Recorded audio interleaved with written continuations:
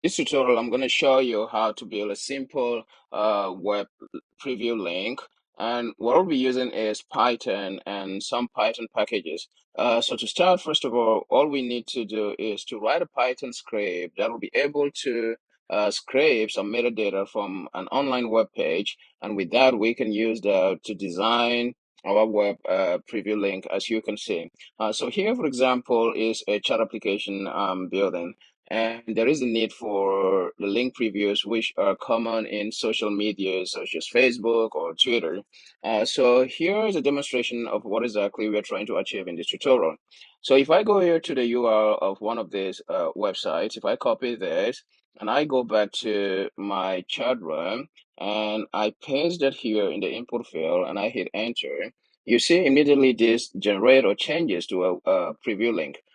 So basically, this works through Python. We get Python packages like Beautiful Soup to extract the metadata from the web link, and then we can then use CSS and JavaScript in the front end to design our UI layout.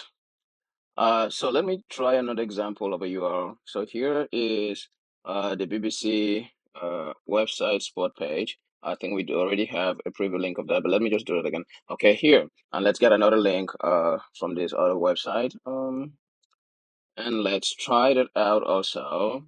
Okay, perfect. So you can see, and this layout is personally designed. You can change or design your own layout to look as whatever you please using CSS and JavaScript. So let me show you the script. Here is the Python script.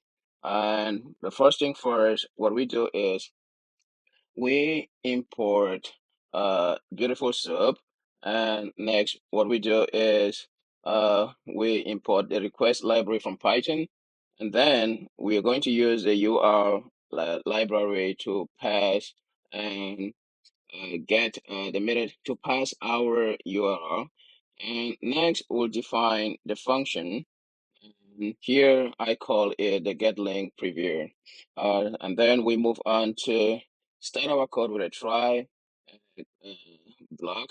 And within the try block, what we have first is the past URL, which is just a variable to hold our past link. And after that, we have to decide what kind of URL we want. And in this case, I decided to go with HTTP and HTTPS. So if the scheme is not any of these HTTP or HTTPS, then we basically raised a value error.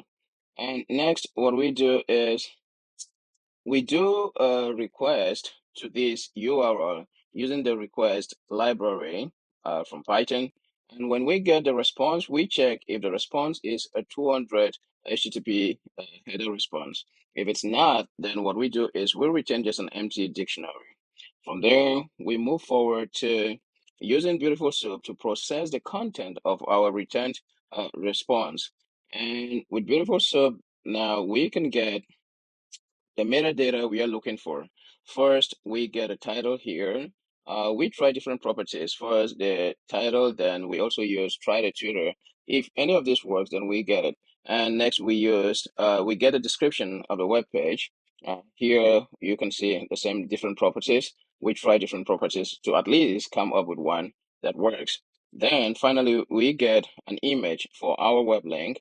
The same, everything is quite straightforward here. And then we also try to get the URL if found. But if not, we just return the URL that was passed. And the site name is basically the host name from our past URL. There's nothing special about it. And next, what we do is we do a little bit of cleaning of the metadata.